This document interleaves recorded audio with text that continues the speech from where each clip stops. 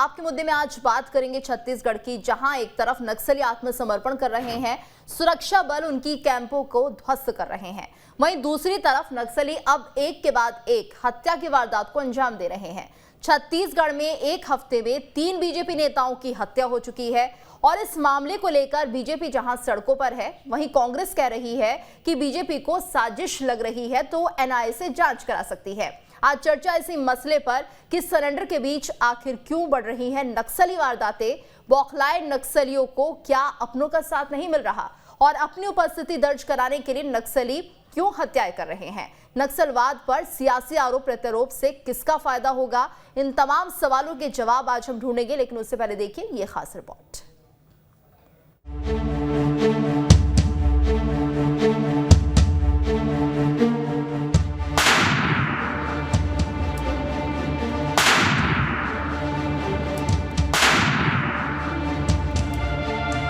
कदम कदम पर नक्सलियों के नापाक मंसूबों को इसी तरह ध्वस्त किया जा रहा है। सुकमा में नक्सलियों की बिछाई आईईडी को सुरक्षा बलों ने नष्ट कर दिया। अब सुकमा की ही ये तस्वीर देखिए, यहाँ करीब 33 नक्सलियों ने आत्मसमर्पण किया है। तो क्या ये माना जाए कि छत्तीसगढ़ में नक्सलियों की कमर टूट चुकी है, या फिर ऐसा कहना जल्दबाजी होगी? क्योंकि 7 दिनों में 3 बीजेपी नेताओं की हत्या के बाद अब सरपंच समेत 2 और जनप्रतिनिधियों को जान से मारने की धमकी दी गई है। नक्सलियों ने इसे लेकर बैनर भी लगाए हैं। अब इस पर सत्ता पक्ष का क्या कहना है, ये सुनिए। नक्सली के द्वारा किए गए हत्या की जितनी भी निंदा की जाए कम है। नक्सली पहले बम ब्लास्ट करते थे, कैंपों में हमला करते थे, आज उसकी कमर टूट गई है। अब वो कैंपों में हमला नहीं कर पाते क्योंकि अब हमारे जवान उनके मान में घुस के हमला करते हैं। अब परिस्थिति बदली है। उसके बाद ये सिमट भी गए हैं। अब वो कहीं कहीं जाके छिपकुट अपने अस्तित्व को बताने के लिए वो हत्याएं कर रहे हैं। तो सरकार कह रही है कि बौखलाहट में नक्सली छोटी मोटी वारदातों को अंजाम दे रहे हैं। मुमकिन है ऐसा ही हो, लेकिन छत्तीसगढ़ में इस पर सियासत तेज है। छत्तीसगढ़ में एक हफ्ते में 3 बीजेपी नेताओं की हत्या के बाद बीजेपी सड़कों पर आंदोलित है। वहीं अब कुछ और नेताओं ने भी जान को खतरा बताया है। पूर्ण यकीन है कि चुनाव से पहले विधायक अपनी नीचता, अपनी हरकतों से इतना भी नीचे गिर सकता है कि वो हम दोनों पर अटैक करवा सकता है, हम लोगों की हम लोगों की हत्या करवा सकता है। वो माध्यम कोई भी हो, मैं ये नहीं कह सकता कि नक्सली हमारी हत्या करेंगे, कोई भी हमारी हत्या कर सकता है और नक्सलियों के नाम मर दिया जाएगा। उधर बीजेपी नेताओं की हत्या पर सीएम भूपेश बघेल ने सुरक्षा बलों और प्रशासन को अलर्ट तो कर दिया है, साथ ही ये भी कह दिया है कि अगर बीजेपी को इसमें साजिश लग रही है तो वो एनआईए जैसी केंद्रीय एजेंसियों से जांच भी करवा सकती है।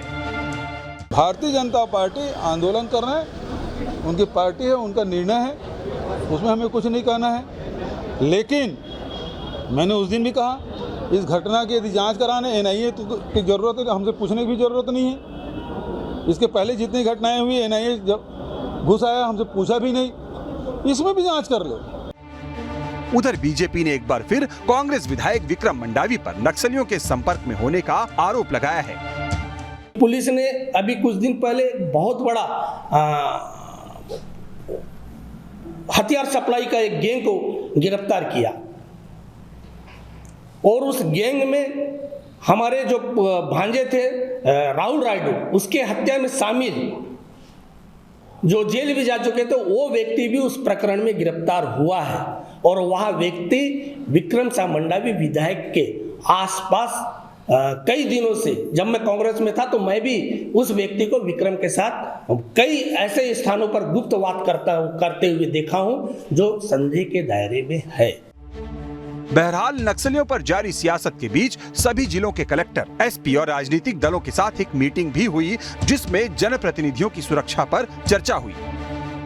में बताए थे जैसा एक सुरक्षा खतरा आंकलन के मापदंड होते हैं, उसी हिसाब से बस्तर संभाग के अंतर्गत कई जनप्रतिनिधि जिनको Z+ सुरक्षा कैटेगरी उपलब्ध कराया गया, कई लोग Z कैटेगरी XY इस टाइप का जो श्रेणी उनको उपलब्ध की गई थी। इसके अलावा जो अन्य जो जनप्रतिनिधि जिसका पॉलिटिकल कार्यक्रम के लिए उनके आंदोलन क्षेत्र में भ्रमण होते हैं, उसके लिए भी हम लोग रोड ओपनिंग, अन्य जो सिक्योरिटी जो इसका व्यवस्था जो की जानी है, बंदोबस्त की जाए, तो उसको भी हम उपलब्ध कराते हैं।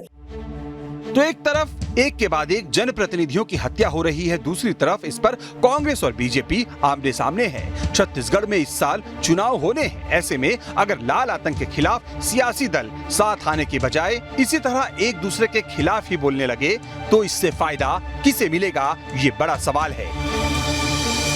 Team news state. और इस वक्त हमारे साथ खास मेहमान जुड़ चुके हैं राजेश अग्रवाल, वरिष्ठ पत्रकार, आर.के. भार्गव, नक्सल एक्सपर्ट, श्रीचंद सुंदरानी, बीजेपी नेता, नितिन भंसाली, बीजेपी प्रवक्ता। आप सभी का बहुत बहुत स्वागत है न्यूज स्टेट पर।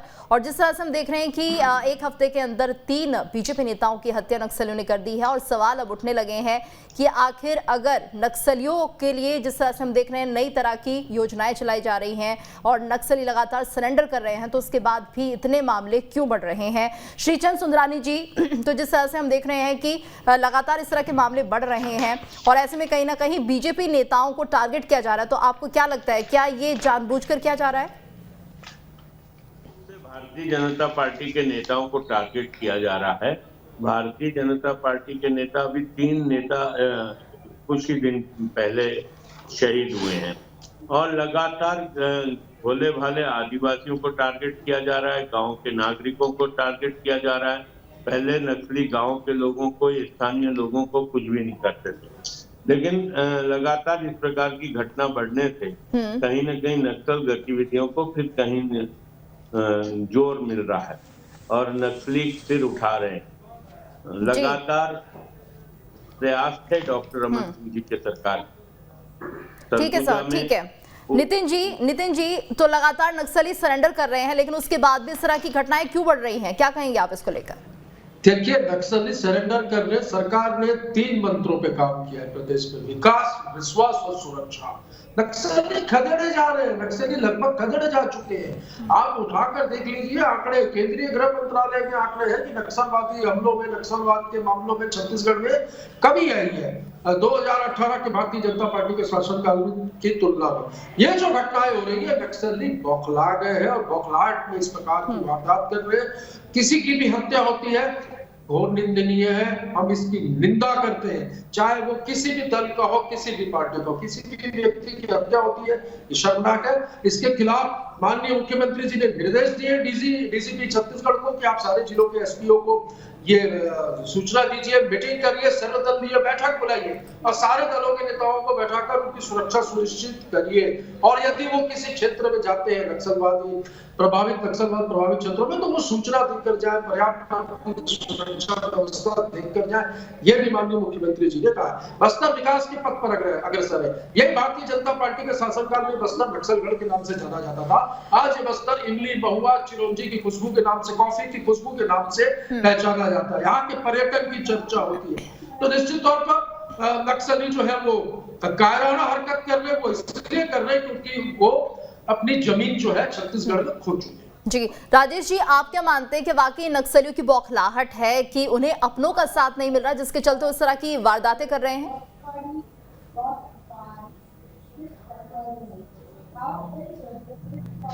ये बात तो ठीक है कि कुछ समय से यह देखा जा रहा है कि वो बड़े हमले नहीं कर पा रहे हैं नक्सली, और जिस तरह से टारगेट करके कुछ लोगों की हत्या कर रहे हैं, शादी के समारोह में अचानक जा करके चाकू चला रहे हैं, धारदार हथियार से हमला कर रहे हैं, ये उनकी ताकत में कमी को दिखाता है। अभी कुछ समय पहले ये बयान आया था आईजी का वहाँ का कि पी सुंदरराज का, उन्होंने ये कहा था कि हमने करीब 580 गांवों को नक्सलियों से मुक्त किया है। दरअसल ये समस्या सिर्फ पुलिस से नहीं निपटेगी, जमीनी स्तर पर प्रशासन के प्रति लोगों का विश्वास, वहाँ के स्थानीय जो आदिवासी हैं उनका विश्वास जमाना पड़ेगा। आप मैदानी इलाकों में भी देखते हैं कि लोग भ्रष्टाचार से, अधिकारियों की मनमानी से त्रस्त हैं। बस्तर के सुदूर इलाकों में जहां अधिकारी पहुंचते ही नहीं है, जिम्मेदार लोग, स्कूलें नहीं खुलती है, जो निर्माण कार्य होते हैं उसमें कोई देखरेख करने वाला नहीं है, फर्जी बिल बनते हैं और निकल जाता है, काम नहीं होता है, तो प्रशासन के प्रति विश्वास जगाना बहुत जरूरी है। और मैं इस बात को, मुख्यमंत्री की इस बात को मानता हूं कि जो उन्होंने कहा कि अब नक्सली टारगेट किलिंग कर रहे हैं जी। और कुछ दिन पहले संसद में परसों नरसों इसमें सांसद अरुण साव ने, अब हम 3 लोगों की बात कर रहे हैं, उन्होंने 4 हत्याओं की बात की है। बीजेपी के हैं सब। नहीं तो ये भी इसके पीछे भी क्या नक्सलियों का कोई पैटर्न है, कोई साजिश है कि बीजेपी नेताओं को ही निशाना बनाया जा रहा है? हाँ। नहीं, मुझे नहीं लगता है। वो संयोग ही है कि सारे नेता बीजेपी के हैं। बस मामला ये है कि नक्सली इस तरह से अब वारदातों को कि उनका संदेश जाए। मैंने पहले भी कहा कि पुलिस को मैंने देखा है बारीकी से, ये मैं देख रहा हूं कि उन्होंने जनसेवा के ढेर सारे काम उन्होंने शुरू किए हैं। उन्होंने स्कूल, स्वास्थ्य, शिक्षा के लिए बहुत सारा काम किया है जी। और ये काम लगातार चल रहा है। बिल्कुल, यानी विकास जिस तरह से हो रहा है, नक्सली बौखला रहे हैं, उन्हें डर है कि कहीं और भी उनके साथी उनका साथ ना छोड़ दे। आर.के. भार्गव जी, आपसे हम इस पैटर्न को समझना चाहेंगे, नक्सली आखिर क्या कुछ कर रहे हैं? क्या उनकी बौखलाहट है, डर है, भय है, या फिर वो खौफ पैदा करना चाहते हैं? आप जरा हमें बताइए, क्योंकि आप नक्सल एक्सपर्ट हैं, किस तरह का जो उनका पैटर्न है उसे आप समझते हैं? देखिए, इस तरह का जो पैटर्न पैदा होता है, या कोई भी नक्सल हो या कोई भी एक्सट्रीमिस्ट हो, वो हमेशा पब्लिक, उनका देखिए उनकी रोजी रोटी कैसे चलती है या उनकी टैक्टिक्स क्या होती है। सबसे बड़ी टैक्टिक्स उनकी ये है कि पब्लिक के दिमाग में उनका भय बना रहे। जिस दिन पब्लिक के दिमाग से उनका भय जाना शुरू हो जाएगा, उस दिन से उनका डाउनफॉल शुरू हो जाता है। अभी ये बात मैं ये नहीं कहता कि हाँ गलत है या कुछ है। पूरे ऑल ओवर इंडिया, यानी जो इलाके पहले नक्सल प्रभावित थे, उसमें से नक्सल एरिया बहुत सिकुड़ता चला गया है धीरे धीरे। और उसकी वजह है गवर्नमेंट की रीच है, गवर्नमेंट के द्वारा जो डेवलपमेंट प्रोग्राम शुरू किए गए हैं, एजुकेशन का स्टैंडर्ड बढ़ाया गया है। हथियारों की सप्लाई नक्सल को अभी बहुत हद तक कम हो गई है। पहले जितना आसानी से उनको हथियार मिल जाते थे, अभी नहीं मिलते हैं। इसलिए क्या है कि उनके पास उस तरह के बड़े ऑपरेशन करने का भी उनके पास अभी मौका नहीं है। तो इसलिए उनका क्या है कि ऐसे में वो ये करेंगे कि कहीं किसी टारगेट को सेलेक्ट करेंगे, उसे मारेंगे, जबकि उस टारगेट का नक्सलिज्म से या कहीं भी किसी चीज से और लेना देना नहीं होता है, लेकिन वो उसको सिर्फ इसलिए मारते हैं ताकि पब्लिक के अंदर खौफ पैदा किया जा सके। जी नितिन जी, रहा सवाल, ठीक है बताइए। जहां तक रहा सवाल बीजेपी के नेताओं को मारने का या इसका, वो मुझे समझ में नहीं आता। क्यों? क्योंकि नक्सल ने अगर फियर पैदा करना है तो वो पहले गवर्नमेंट एजेंसी को या गवर्नमेंट के जो भी है या रूलिंग पार्टी का जो भी डिस्पेंसेशन है उसके ऊपर हमला करेंगे, ना कि अपोजिशन पार्टी के ऊपर, जिसको मार करके उनको कुछ नहीं मिलना। थोड़ा बहुत मिलना है, लेकिन उतना इफेक्ट नहीं होगा जितना कि रूलिंग पार्टी के किसी को मार करके। जी नितिन जी, तो अभी फिलहाल जो बड़ा मुद्दा है वो है सुरक्षा का, क्योंकि आपको भी समझ में आ रहा है कि लगातार नक्सली वारदातें बढ़ रही हैं और कहीं ना कहीं नक्सली आत्मसमर्पण भी कर रहे हैं। तो अब जो बाकी लोग हैं, अगर जिस तरह से बीजेपी कह रही है कि उनके 4 नेता जिनकी हत्या कर दी गई है, अब किस तरह से सुरक्षा व्यवस्था की जाएगी? देखिए, ये तो हत्या किसी की भी हो, हम उसके लिए हम दुख प्रकट करते हैं, संवेदना प्रकट करते हैं। हत्या किसी की भी, चाहे भाजपा का हो, चाहे कांग्रेस का हो, चाहे वहां का आम व्यक्ति हो, आम नागरिक हो, या हमारे जवान हो। मुख्यमंत्री जी ने तत्काल संवेदनशीलता दिखाते हुए डीजीपी को कड़े निर्देश दिए हैं कि सारे एसपी जो है उन संभाग में बस्तर के, वहां पर उनको निर्देश जारी किए जाए कि वो वहां पर सर्वदलीय बैठक बुलाकर वहां पर ये सुनिश्चित करें कि वहां के जनप्रतिनिधियों को किस प्रकार की सुरक्षा मिल रही है और उन्हें किस प्रकार के निर्देश देने हैं। निश्चित तौर पर मुख्यमंत्री संवेदनशील है और इसमें मीटिंग भी हो चुकी है और आगे आपको देखने मिलेगा कि बस्तर में और भी सुरक्षा व्यवस्थाएं जो कड़ी होगी। मैं बता दूं आपको, जितू के प्रदेश के पूर्व मुख्यमंत्री को वर्तमान के मुख्यमंत्री से ज्यादा सुरक्षा दी गई है, जेड प्लस सुरक्षा के दायरे में चल रहे हैं। और भेदभाव की बात करूंगा तो केंद्र की मोदी सरकार ने सोनिया गांधी, राहुल गांधी और प्रियंका गांधी की एसपीजी की सुरक्षा हटा दी। तो हम ऐसा कभी भी भेदभाव वाला काम नहीं करते। बस्तर में महेश गागड़ा और केदार कश्यप भी है, भारतीय जनता पार्टी के पूर्व मंत्री। पर्याप्त सुरक्षा की गई है और नक्सली जो है बौखलाहट में इस तरह की वारदातें कर रही है। उनकी बौखलाहट है, अपना भय कायम रखना चाहते हैं। पर सरकार विकास, विश्वास और सुरक्षा इन 3 मंत्रों पे काम करे। निश्चित तौर पर नक्सलवाद मुक्त होगा यह प्रदेश। और 600 गांव, मुख्य वजह यह है कि बस्तर के 600 गांव से नक्सली खदेड़े जा चुके हैं। यही मुख्य वजह है नक्सलियों के इतना उत्साह में आकर इस प्रकार की हरकतें करनी निंदनीय है। इसकी जितनी निंदा की जाए उतनी कम है। पर हम नक्सलवाद के खात्मे की ओर काम कर रहे हैं, हम विकास की ओर काम कर रहे हैं। कांग्रेस ने चुनाव तो जीता ही है, पर कांग्रेस ने वहां पर स्थानीय आदिवासियों का दिल भी जीता है। निश्चित तौर पर नक्सलवाद का सफाया होगा और सुरक्षा, ये हमारा प्रथम कर्तव्य है राज्य सरकार का, जिसको हम पूरा करें। जी सुंदरानी जी, तो जिस तरह से अभी हम सुन रहे थे कि बीजेपी की तरफ से आरोप लगाए जा रहे हैं कि इसमें कहीं ना कहीं कांग्रेस का हाथ हो सकता है, सत्ता पक्ष का हाथ हो सकता है, कि जिस तरह से बीजेपी नेताओं को ही टारगेट किया जा रहा है। वहीं नितिन भंसाली जी ने साफ कर दिया कि ऐसा कुछ नहीं है और इस पर सियासत भी नहीं होनी चाहिए। वहीं उन्होंने केंद्र सरकार का भी जिक्र किया कि सुरक्षा वहां से हटाई गई थी, जबकि यहाँ पर ऐसा नहीं किया जा रहा। नहीं, मैं तो बड़ी बात सुन रहा था नितिन भंसाली जी की, रमन सिंह जी को इन्होंने सुरक्षा व्यवस्था दी है। क्या राज्य सरकार ने उनको सुरक्षा व्यवस्था वो मुहैया कराई है क्या? वो तो केंद्र से उनको मिला है। दूसरी बात मैं आपको बताऊं, बहुत सारे नेताओं की सुरक्षा व्यवस्था हटा दी इन्होंने, कई सारे पूर्व विधायकों की सुरक्षा व्यवस्था हटा दी।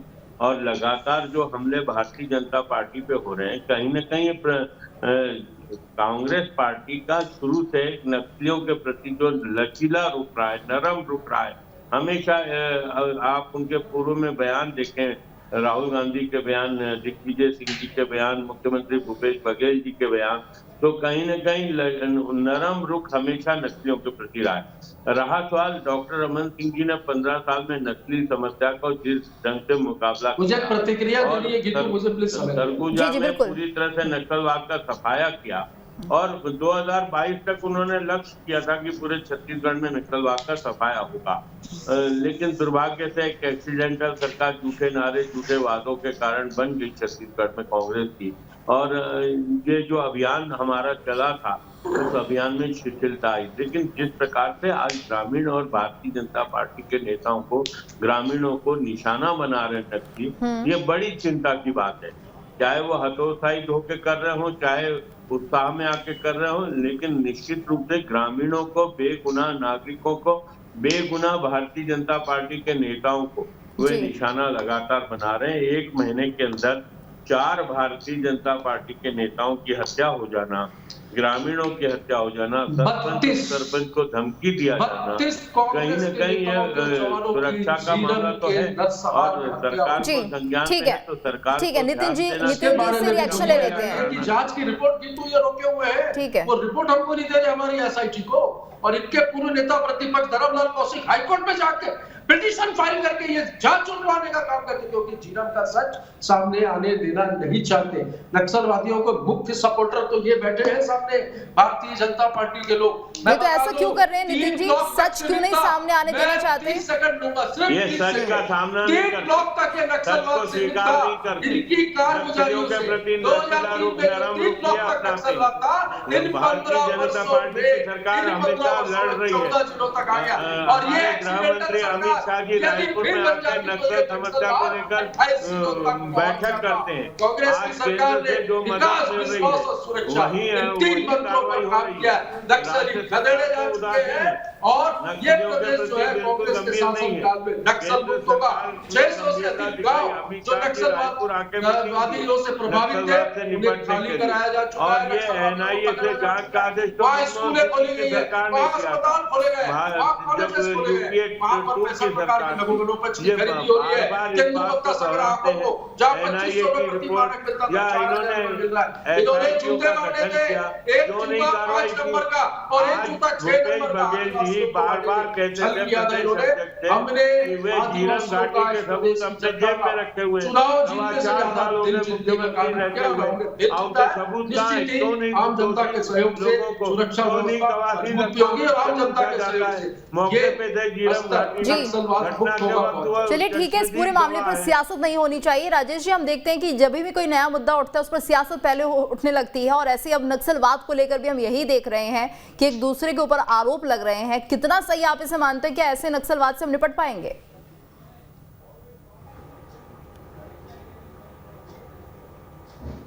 जी बिल्कुल, इसमें सियासत नहीं होनी चाहिए।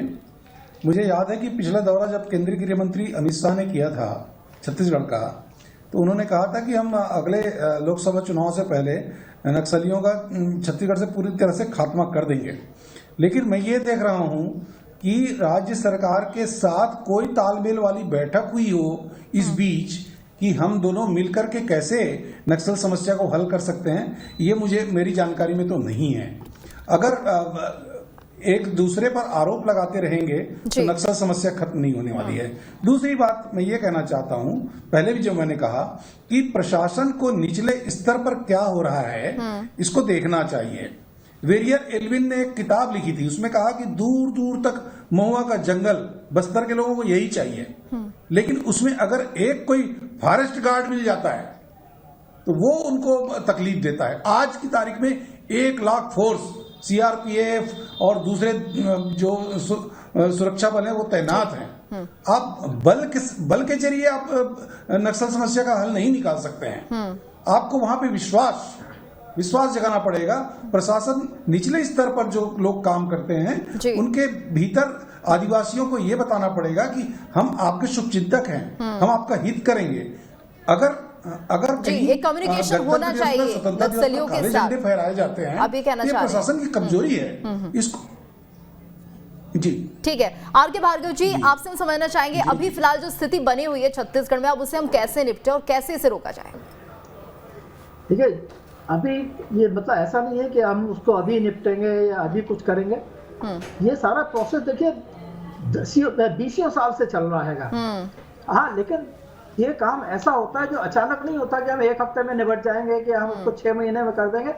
ये तो प्रोसेस 10-10, 15-15, 20-20 साल लग जाते हैं। जी। पूरी एक जनरेशन जब तक चेंज नहीं होती है तब तक ये इसी तरह। बिल्कुल राजेश जी सही कह रहे हैं कि एक तालमेल होना चाहिए, प्रशासन का होना चाहिए और कहीं ना कहीं नक्सलियों के बीच इसे एजुकेट करने की जरूरत है कि आप हमारे साथ जुड़ेंगे तो आपका अच्छा ही होगा, और शायद यही कम्युनिकेशन है जो कि बढ़ाना पड़ेगा। लेकिन इस पूरे मामले पर राजनीति नहीं होनी चाहिए और राजनीति से उधर नक्सलवाद का एक हल ढूंढना चाहिए। बहुत बहुत शुक्रिया आप सभी का हमारे साथ इस चर्चा में जुड़ने के लिए।